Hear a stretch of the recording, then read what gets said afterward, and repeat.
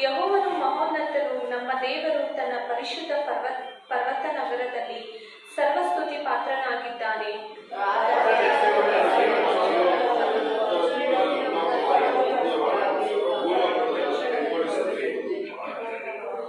ದೇವರು ಅದರ ಕೊತ್ತಲುಗಳಲ್ಲಿ ತಾನೇ ಭದ್ರವಾದ ಬುರುಜೆಂದು ಕೀರ್ತಿ ಪಡೆದನು.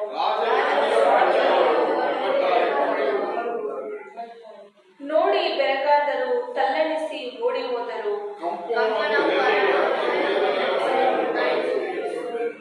ದೇವರೇ, ನೀನು ಬಿರುಗಾಳಿಯಿಂದ ತಾರ್ಷೀಷ್ ದೇಶದ ದೊಡ್ಡ ದೊಡ್ಡ ಹಡಗುಗಳನ್ನು ಒಡೆದು ಬಿಟ್ಟಂತಾಯಿತು.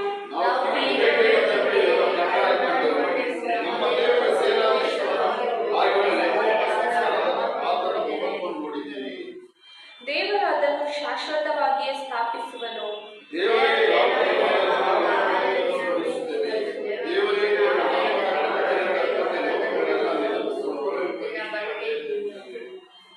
ಚೀಯೋನ್ ಪಟ್ಟಣದವರು ಹರ್ಷಿಸಲಿ, ನೀನು ನ್ಯಾಯವನ್ನು ನಿರ್ಣಯಿಸಿದ್ದರಿಂದ ಯೆಹೂದ ಸೀಮೆಯ ನಿವಾಸಿಗಳು ಆನಂದ ಪಡಲಿ.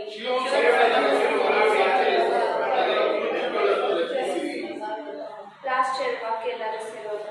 ಅದರ ಪ್ರಕಾರಗಳನ್ನು ಚೆನ್ನಾಗಿ ನೋಡಿ, ಅದರ ಮೊದಲು ನೋಡಿ ಯೋಚಿಸಿರಿ. ಆಗ ನೀವು ಆತನು ಲೋಕಾಂತರಗಳಲ್ಲಿ ನಮ್ಮ ದೇವರು ನಿರಂತರವೂ ನಮ್ಮನ್ನು ನಡೆಸುವವನಾಗಿದ್ದಾನೆ ಎಂದು ಭಾವಿಸುವುದು.